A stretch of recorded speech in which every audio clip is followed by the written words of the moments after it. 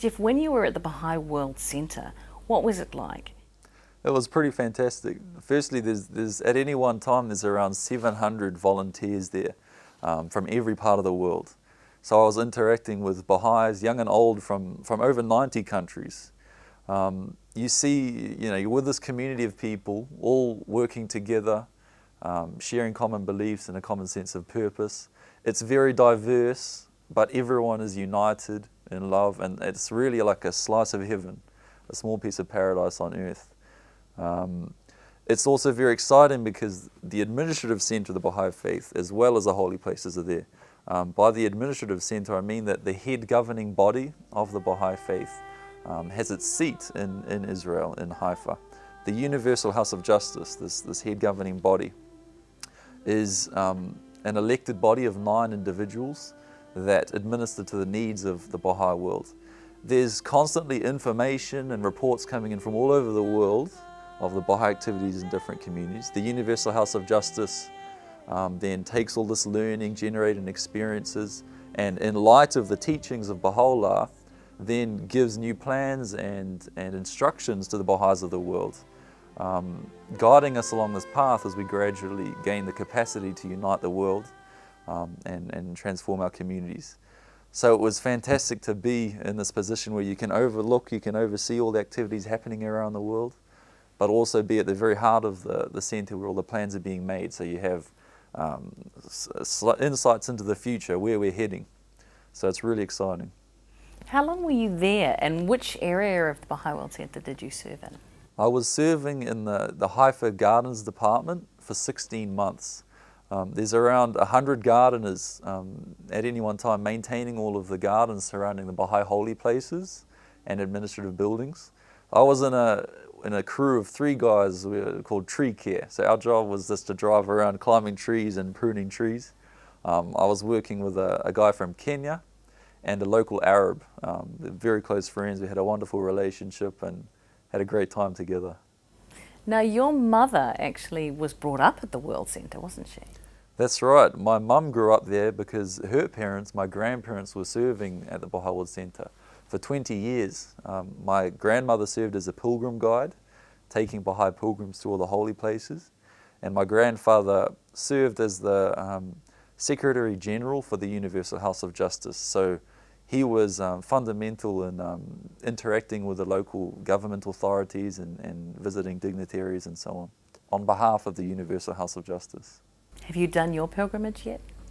I was blessed to do my Baha'i pilgrimage. Actually, twice I've been on pilgrimage. Firstly when I was 9, but I couldn't remember much then apart from the great food. And then again when I was 19, while I was actually doing my year of service, my 16 months of service at the World Centre. Was that different, being at the Baha'i World Centre working and then actually going on pilgrimage? Definitely. Firstly, because when you're on pilgrimage, you're withdrawn from the usual people that you're working and interacting with on a service basis, and join this group of pilgrims. So it's like you're meeting a whole new group of people. But the purpose of pilgrimage is to get spiritually charged. You're praying and meditating at the shrines of the Bab, the forerunner of the Baha'i faith, and Baha'u'llah, the manifestation of God, the prophet founder of the Baha'i faith. These are the holiest places for Baha'is. So it's a time of prayer and meditation and spiritual revival and energizing, so to speak, so that Baha'is can then go back and serve with more vigor and more enthusiasm. Can you explain to our audience who the Bab is, the forerunner of the Baha'i faith? Of course, of course. The Bab himself was an independent messenger of God who came just before Baha'u'llah. He was the forerunner in the sense that he prepared the way for the coming of this promised one.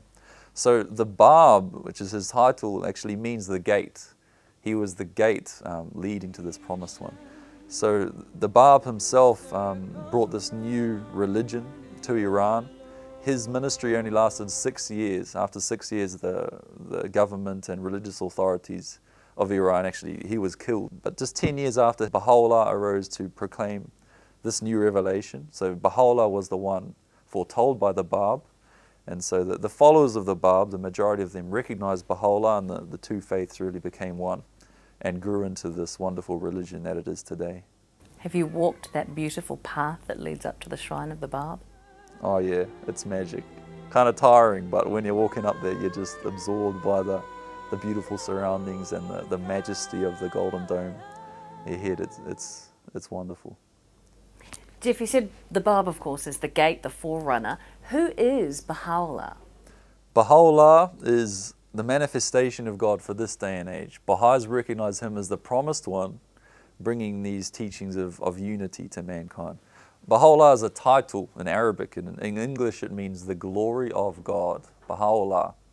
Baha'u'llah was born in Iran in 1817.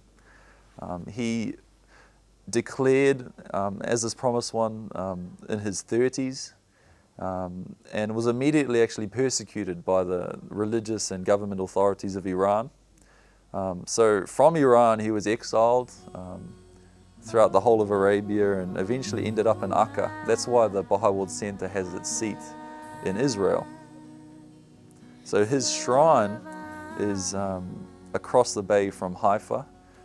It's a town called Akka. It's a beautiful shrine, beautified with gardens, and it's a place of prayer and meditation, and many thousands of Baha'is visit on pilgrimage every year. Quite often we working in close proximity to the shrine. It was wonderful because you have to be reverent and appreciate the calm and serenity of the environment, but at the same time it's hard and heavy work, and so it's good fun.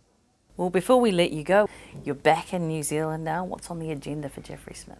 Cool. Well, I'm definitely going to be maintaining the same Baha'i activities in my new neighbourhood where I'll be living. I'm going to be living in Auckland and studying at Auckland University, doing social sciences, working towards a master's degree in development, Masters of Arts in Development. My hope is that after I finish my studies, I'll move back into the wider Pacific Islands and sort of start a career in development, whether for an NGO or some government agency working in the field of development. Well, we wish you all the best with that, and thank you very much for coming in, Jeff. Thank you so much for having me. It's really been a pleasure. Thank you very much for coming in too. Fantastic to see you here on Baha'i On Air. Hopefully we'll see you again soon. Ka kite anō.